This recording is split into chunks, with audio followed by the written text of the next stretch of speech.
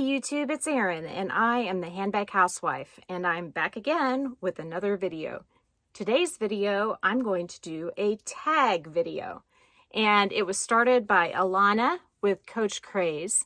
I love her channel. If you haven't had a chance, you've got to go check it out. She did a tag video recently that focused on bags that she has in her collection that she's never used, that she is afraid to use, but that she is still delighted to have in her collection. And I got to thinking that there are really no bags in my collection that I am completely afraid to use. I will use all of my bags at some point, but I definitely still have some bags in my closet that I haven't used, and I have some bags in my closet that I rarely use. So I thought that today I would go rogue and take you on a tour of my messy closet and go over some of these bags that maybe I am a bit fearful of using, and tell you why. Tell you what situations I might avoid with certain bags. So if that sounds good to you, stick around and I'll show you how I organize my bags and point out some here and there that maybe I don't use as much and why. So let's go.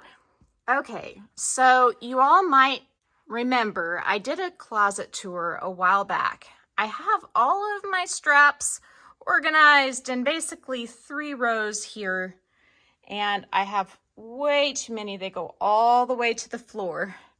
But let's start out here. I've got bags upon bags upon more and more bags. And I would say this first section here, that the only bags out of all of those that I might have a little bit of concern for would be these Tory Burch Kira bags.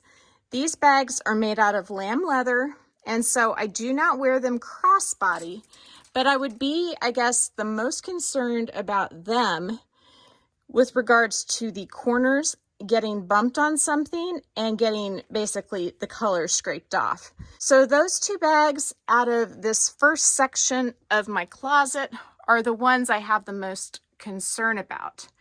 Now, they are a lot more durable, in my opinion, than the Soft Fleming by Tory Burch. And I can insert a picture of the Soft Fleming here. The Soft Fleming is also made out of lamb leather, just like these are, but for me, it scratched up way easier and didn't look good quicker. I don't have any wear and tear on these 2 bags despite using them.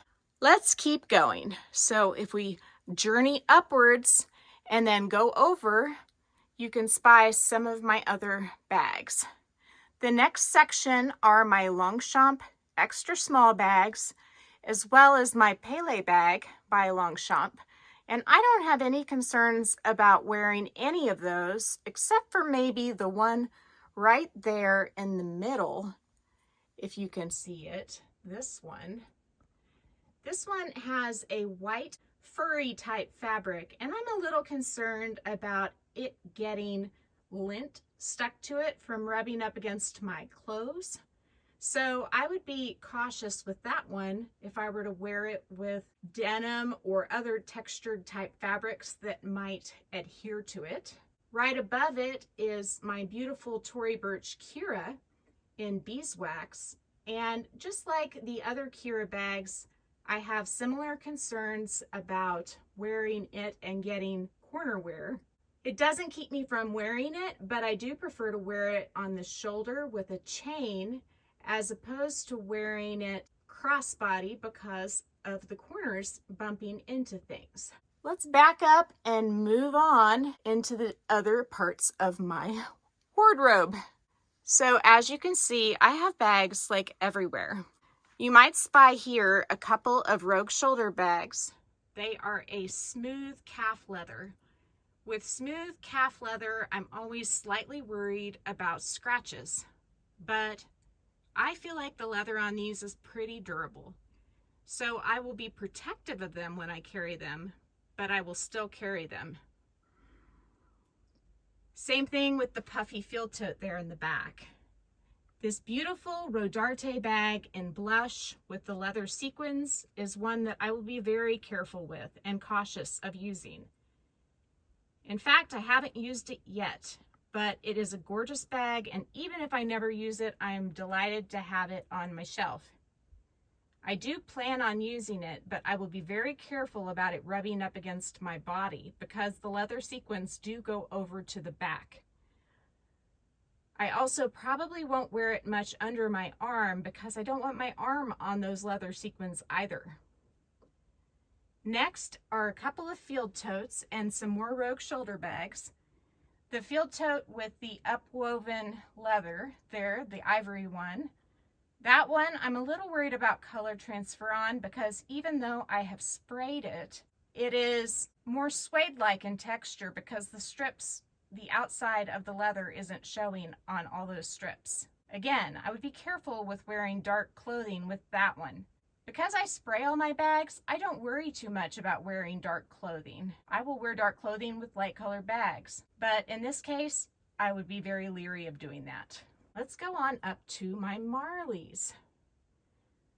I'm not really worried about any of my Marleys except for the one there in the ivory beechwood combo. That one, I noticed a tiny bit of wear on the leather the first time I carried it, and I quickly became obsessed and worried about it. And I've realized I just have to let that go. I can't be like that with my bags, otherwise I won't have fun with them. Right next to it is the Clio top handle. This one, I've got to be careful of it in the rain because much like the Louis Vuitton Speedies, it has vachetta on the handle and the tassel, as well as the crossbody strap. I won't carry this bag in inclement weather. Let's back out again just a little bit. My Cassie 19s and my Cassies are pretty carefree, as well as the denim soft tabby. Pretty much all the bags in this collection, with the exception of the Army Green Pillow Madison, are relatively carefree, and other than worrying about bumping them into things and messing up the corners, I am open to carrying them in pretty much any situation. The Army Green Pillow Madison, as well as my light coral one, I would be a little bit more worried about than your typical bag because the lamb leather is so soft and I believe is somewhat delicate, but not as delicate as the Napa leather on the pillow tabbies. One scratch on one of these would make it so where I don't want to use them anymore. I'm weird about that. If I get a deep scratch in one of these bags, it'll be over if I can't work it out. So these bags I do not carry unless I'm doing something where I can be extremely delicate with them and not bang them into things. The last part before we get to my luxury cabinet would be the Pollen, the two Willis bags, the straw-like bag from Longchamp. The Willis bags are slightly more delicate, but no more so than the Kira bags. So I would wear them. I would just be aware of potentially bumping them into things. The Pollen is extremely durable and carefree in that way, as well as the Cassie.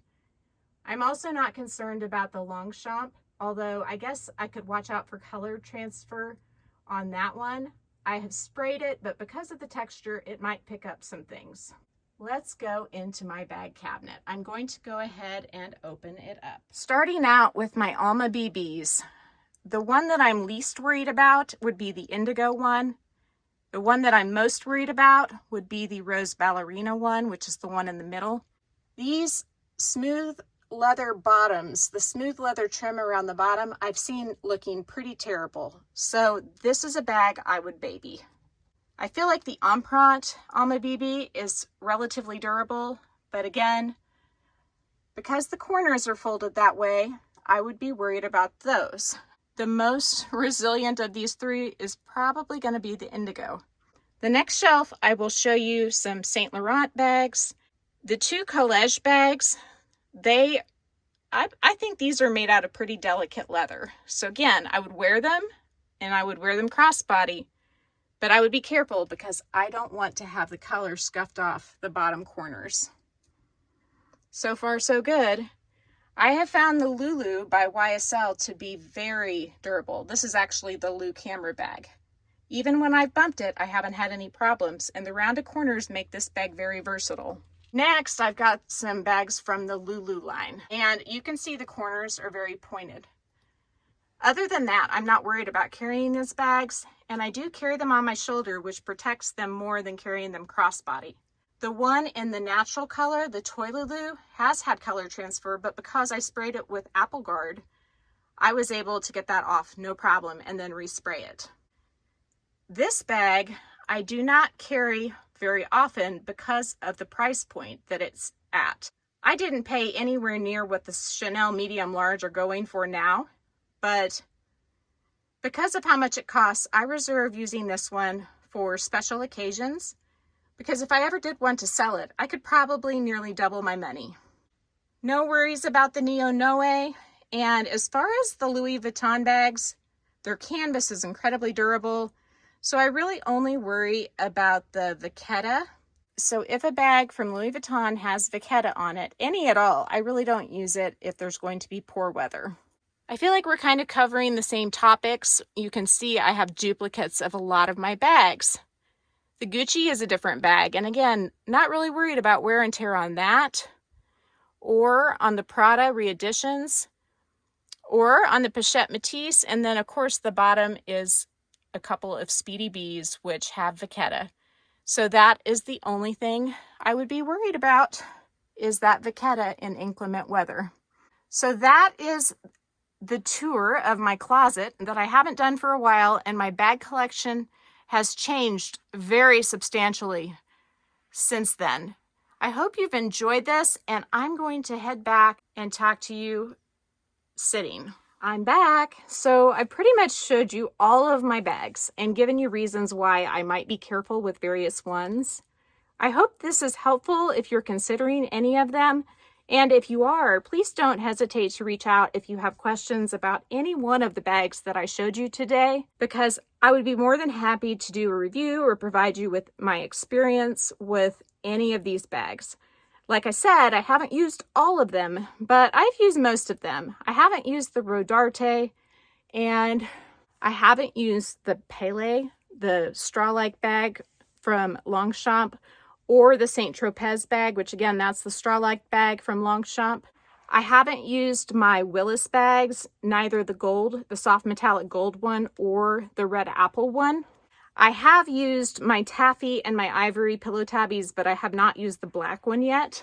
I just realized I forgot 3. Let me show you those real quick. So these 3 are sort of tucked away under my clothes, and I would say with this one, I would be just slightly worried about the corners, but since they're black, it's pretty carefree, so I'm not going to hesitate to use it.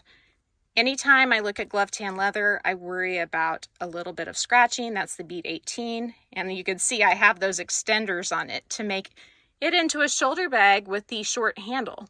Lastly, I've got a Tory Burch Britain bag, and I have no worries about that one. Okay, so that was the last 3.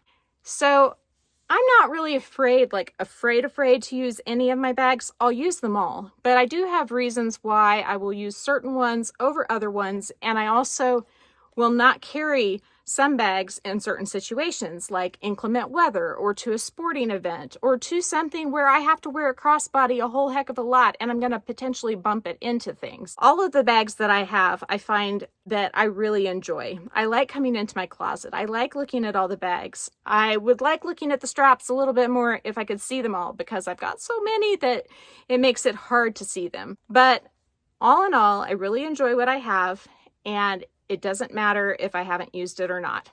I just thought of one more that I haven't used. This little cutie, the clear Longchamp extra small. And it's not that I'm worried about it, but I just haven't had the right moment to wear it yet. And sometimes that's all it is. It's not that I'm afraid to use it. I just haven't had that perfect moment for that item. I do have a giveaway for you guys today.